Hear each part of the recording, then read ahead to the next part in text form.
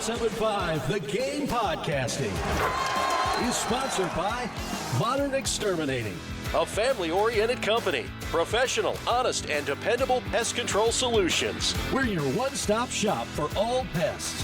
Recruiting.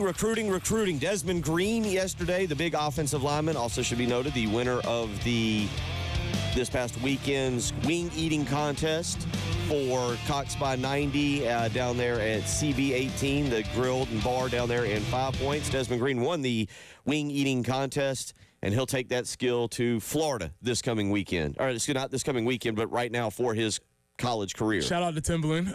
I feel like that should be a NCAA violation. Okay. I don't think he should have been able to participate in the wing eating contest if he's not committed. I think of all the things happening in the world of college sports, I feel like this is pretty egregious. I'm not happy about this. I was really hesitant when I saw his name listed. I'm like, okay, is this what we're trying to do to recruit him? But now he comes in, wins the wing eating championship, and then he commits to Florida. I don't like it. We're seeing changes to the college level, dramatic changes to the college level. We kind of gloss over the changes to the high school level, and this is something that is part of that. I'm used to the basketball side of it. I've seen a lot of basketball reclassification through the years.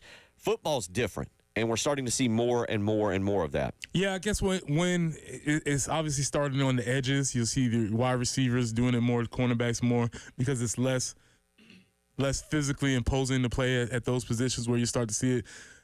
Maybe I'll start paying attention more when you see a lineman reclassify to play early, because it's just the development that you need for your body. But it is something that is coming along. It's something that is happening.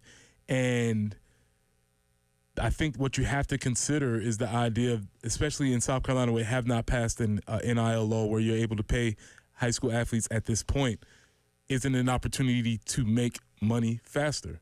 And if the whole point of this thing is to get a job, make money, provide, maybe that's the way that they're going. Second round, man, it's hard.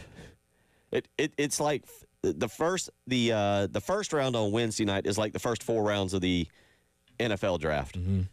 And then I think it's about round 5, you're like, oh boy, how much longer do we got to go on this thing? Yeah, and it kind of goes on and on. Yeah. Can we just shift this over to the CW channel and move on?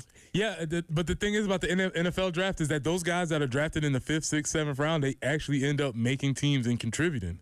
And oftentimes it doesn't seem like that's, when you look at NBA rosters, it's usually first round guy or undrafted. It doesn't really seem like it's second round dudes. South Carolina, very likely, the Gamecocks could land 6 out of the top 10 players in the state.